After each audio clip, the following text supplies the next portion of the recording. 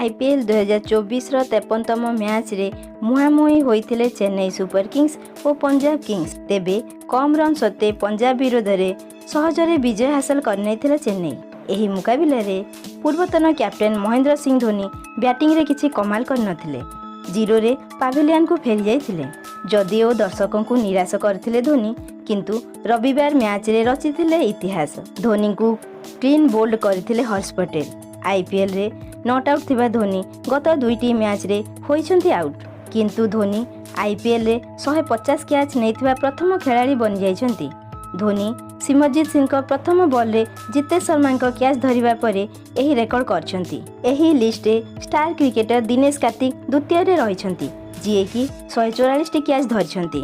IPL रे सबुठु अधिक catch नेबारे प्रथम रहिछन्ति महेंद्र सिंह धोनी, जिए कि नेइछन्ति 150 टी कैच। सेही बळी 144 टी कैच सह द्वितीय रे अछन्ति दिनेश कार्तिक। परे 108 टी कैच सह एबी डिविलियर्स तृतीय रे अछन्ति। 113 टी कैच सह विराट कोहली चतुर्थ रे अछन्ति एवं 109 टी कैच सह सुरेश रैना अछन्ति पंचम रे। दर्शक बंधु, वीडियोटी संपूर्ण देखिथिबार आपण मानकु धन्यवाद। जदि आपनको वीडियो भल लागिला ताहेले वीडियो को लाइक करी चैनल को सब्सक्राइब करबा को अनुरोध।